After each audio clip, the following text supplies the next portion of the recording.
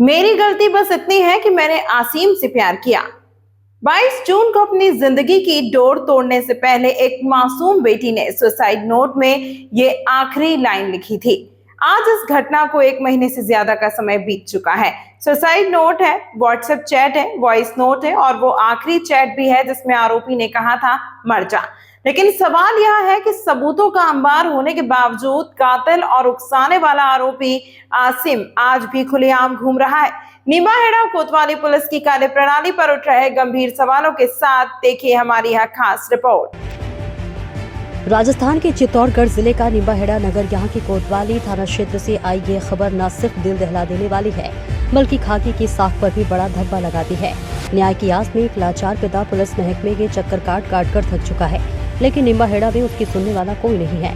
परिजनों का आरोप है कि 24 जून को ही निम्बाहेड़ा पुलिस को suicide note, WhatsApp chat, call detail और ऑडियो क्लिप सौंप दिए गए थे, लेकिन कार्रवाई के नाम पर जिला पुलिस के हाथ आज भी खाली है। हैरानी की बात यह है कि सारे सबूत 24 जून को ही पुलिस को मिल गए थे, फिर भी एफआईआर दर्ज करने में 72 घंटे का समय लगा दिया गया और आज 1 महीना बीत जाने के बाद भी मुख्य आरोपी आसिमा पुलिस की मेहरबानी से पकड़ से बाहर है। आखिर क्या भारतीय न्याय संहिता BNS की धारा 108 सिर्फ कागजों तक ही सीमित है? क्या निम्बाहेड़ा डीएसपी और स्थानीय पुलिस की ढिलाई के चलते आरोपी बेखौफ घूम रहा है? परिजनों का आरोप है कि निष्पक्ष जांच के बजाय मामले को दबाने का खेल चल रहा है। आज शुभ नाम आपका?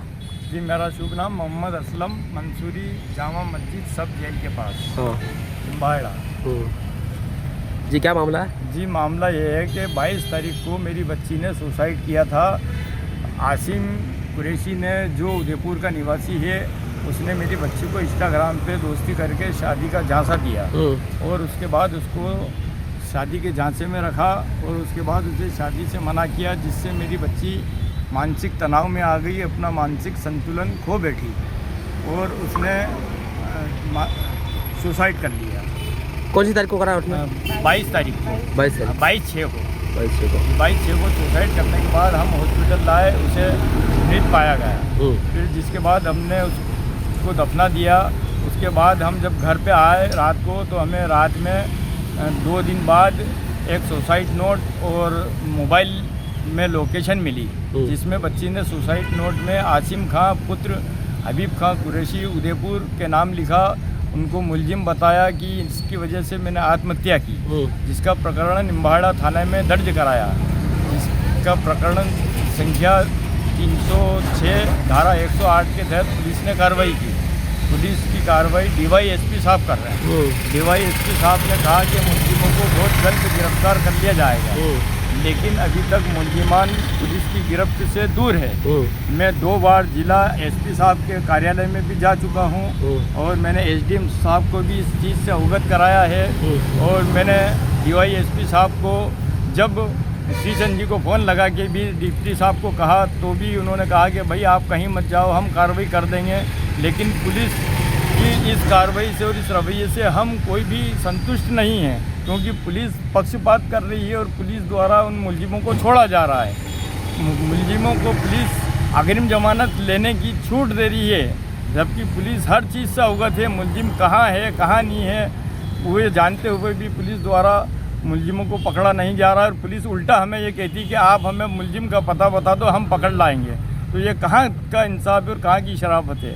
अगर पुलिस ने जल्द से जल्द मुलजिमों को गिरफ्तार नहीं किया, तो मैं DYSP साहब के ऑफिस के बाहर ये शपथ लेता हूँ कि मैं 2-3 दिन के अंदर अपनी जान ख़त्म कर लूँगा, उसी तरह से जिस तरह से मेरी बच्ची ने सुसाइड किया था। धन्यवाद। आपका नाम? जी, मेरा नाम रुखसार मंसूरी है। मैं, जो मेरी सिस्टर है, उस जिसने सुसाइड किया, उसकी बड़ी सिस्टर हूँ।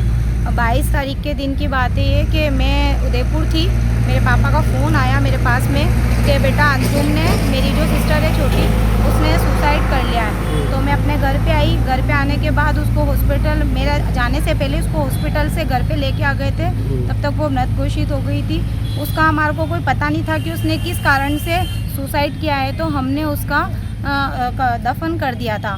2 दिन बाद उसका हमारे को सुसाइड नोट और हमारे को, मैंने उसका फ़ोन का जब लॉक खोला तो उसके अंदर सुसाइड से पहले की जो चैट थी उन दोनों लड़के की और लड़की की, लड़के का नाम आसिम कुरैशी है, जिससे मेरी बहन बात करती थी, इंस्टाग्राम पे इनकी दोस्ती हुई थी। उन दोनों की चैट मिली। उस चैट में उस लड़के ने मेरी बहन को बहुत ज़्यादा फोर्स किया था, टॉर्चर किया था और उसको आत्महत्या करने के लिए प्रेरित किया था। शादी के लिए उसने 1 साल से उसको बोल रखा था कि मैं तुझसे शादी करूँगा और एन मौके पे उसको शादी के लिए मना कर दिया, जिसकी वजह से मेरी बहन ने डिप्रेशन में आके सुसाइड कर लिया था। हमारे को जब ये चीज़ पता चली तो हमने 2 दिन बाद, हमें बात पता चलने के बाद हमने थाने में FIR लिखवाई, जिसका पूरा जो भी डिटेल है ये सब कुछ DYSP साहब के पास में है। तो हमने इसका रिपोर्ट वगैरह करवाया, शव को भी कब्रिस्तान से निकलवाया, पोस्टमार्टम रिपोर्ट भी आई। उसके बाद हमने पूरा प्रकरण थाने में दिया और रिपोर्ट करवाने के बाद भी आज 1 महीना लमसम होने में आ गया है, पर हमारी कोई कार्रवाई नहीं की जा रही है। और 3-4 बार हम यहाँ पे थाने में भी आए तो हमारे को यहाँ पे DYSP साहब ने यही बात की कि अगर आपके पास में कोई मतलब कुछ लड़के की जानकारी है, कुछ भी है, तो आप पता बता दो, हम पकड़ के ले आएंगे। अगर हमें पता होता तो हम खुद फिर पुलिस का सहारा क्यों लेते। उसके बाद में भी आज इतने दिन हो गए, हम SP ऑफिस भी गए, वहाँ से भी यही बात की जाए कि मुजरिम को पकड़ लेंगे, जबकि उसके लड़के के घर वाले आसिम कुरैशी ने उसके पिता हबीब खान ने अग्रिम जमानत के लिए भी मतलब कागज़ लगा दिए। ये सारी चीज़ें पुलिस वालों को सब कुछ खबर है, सब कुछ खबर होने के बाद भी हमारी कोई कार्रवाई नहीं की जा रही है। तो प्लीज़ मेरी यही रिक्वेस्ट है कि मतलब जल्द से जल्द उसके लिए कार्रवाई की जाए। मेरी बहन के मुजरिमों को सज़ा मिलना चाहिए, क्योंकि वो साफ बोल के गई थी कि मेरे ये मुजरिम है और इसको छोड़ना मत, इनको सज़ा दिलवाना। और ये सब चीज़ें पुलिस वालों को अच्छे से खबर है।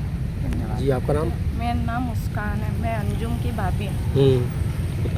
आपने क्या क्या देखा घटनाक्रम शुरू से? मेरा वो 4:30 बजे वो नीचे नहीं आई है, तो मैंने उसके कमरे में। कौन सी तारीख की बात है? 22 जून की बात है।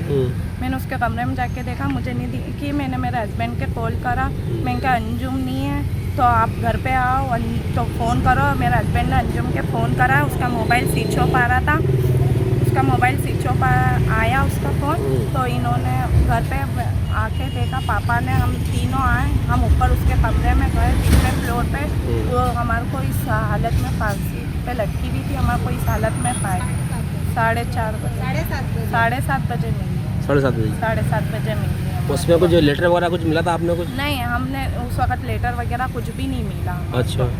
अगले दिन मिला हमारे को लेटर वगैरह, फिर हमने बताया करा, उसका सुसाइड नोट मिला हमारे को और मोबाइल का लॉक भी पासवर्ड लगे हुए थे। फिर 2 दिन बाद खुला वो पासवर्ड, फिर उसमें चेटें वगैरह सब पड़ी, उसमें उसका फ़ोटो वगैरह सब पहुँचाया उसने, गोलियाँ पहुँचाई उसने, पर उसका वही जवाब कुछ भी नहीं। हाँ, फ़ोन नहीं तोका उसने और उसको बिल्कुल ऐसा कर दिया था कि उस हालत पे डिप्रेशन में आ गई वो, और उसने ऐसा हरकत करी।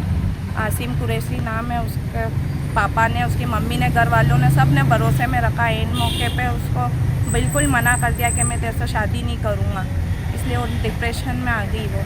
और उसने ये 25 तारीख को हमने रिपोर्ट दी यहाँ पे। पुलिस की जा रही है, इतना टाइम हो गया, महीना होने आया, अभी तक कोई सुनवाई नहीं हो रही हमारी। और को इंसाफ दो।